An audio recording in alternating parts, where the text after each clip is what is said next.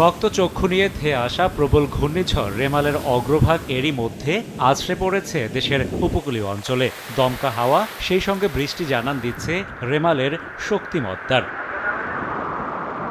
তবে আবহাওয়া অফিসের পর্যবেক্ষণ বলছে প্রায় ১৩ কিলোমিটার গতিতে উপকূলের দিকে ধেয়ে আসা রেমালের কেন্দ্র উপকূল অতিক্রম শুরু করবে সন্ধ্যা ৬টা নাগাদ, চলবে পরবর্তী ৩ থেকে ৪ ঘন্টা। তবে পশ্চাৎভাগের প্রভাব রয়ে যাবে আরও কিছু সময়। এ সময় বাতাসের গতিবেগ থাকতে পারে ঘন্টায় ৯০ থেকে ১২০ কিলোমিটার। সব মিলিয়ে তাণ্ডব চলতে পারে ১২ থেকে ১৪ ঘন্টা। আশঙ্কা রয়েছে জলোচ্ছ্বাস ও ভূমিধসেরও।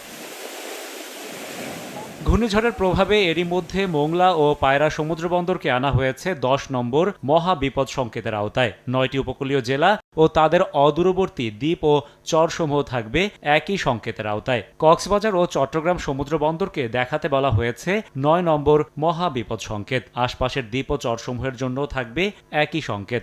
ব্রাইট লক টেকনোলজি সাধারণ পাউডারের তুলনায় দেয় দ্বিগুণ উজ্জ্বলতা। রিন অ্যাডভান্সড দেয় দ্বিগুণ উজ্জ্বলতা। ঘূর্ণিঝড়ের প্রভাবে উপকূলে ৮ থেকে ১২ ফুট উচ্চতার জলোচ্ছ্বাসের আশঙ্কা করা হচ্ছে। খুলনা, সাতক্ষীরা, বাগেরহাট, পিরোজপুর, ঝালকাঠি, বরগুনা, বরিশাল, ভোলা, পটুয়াখালী, ফেনী, কুমিল্লা, নোয়াখালী, লক্ষ্মীপুর, চাঁদপুর, চট্টগ্রাম, কক্সবাজার প্লাবিত হতে পারে বায়ুতাড়িত এমন জলোচ্ছ্বাসে।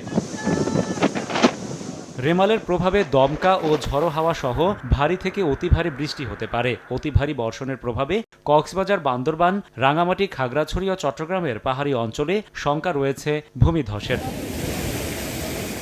পূর্বের কোনো ঘূর্ণিঝড়ের সঙ্গে তুলনা করতে না চাইলেও আইলার সমগোত্রীয় বলা হচ্ছে রেমালকে। গতি প্রকৃতি পর্যবেক্ষণ করে ভয়াবহতার কমতি দেখছে না আবহাওয়া অফিস।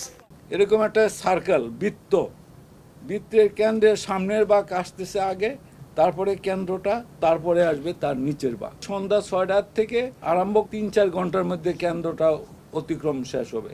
ঘূর্ণিঝড় পরবর্তী উদ্ধার তৎপরতার জন্য প্রস্তুত বিভিন্ন বাহিনীও, জানান স্বরাষ্ট্রমন্ত্রী। ১০,০০০ আনসার ও গ্রাম প্রতিরক্ষা বাহিনীর সদস্য ঘূর্ণিঝড় সময় এবং পরবর্তী উদ্ধার কার্যক্রমের জন্য তারা ডিপ্লয় করেছেন।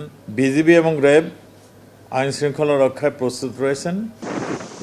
উপকূলবাসীর পাশাপাশি গভীর সাগরে অবস্থানরত মাছ ধরার নৌকা ও ট্রলারকে নিরাপদ আশ্রয়ে চলে যাওয়ার পরামর্শ আবহাওয়া অধিদপ্তরের। রাশেদ বাপ্পি, সময় সংবাদ, ঢাকা।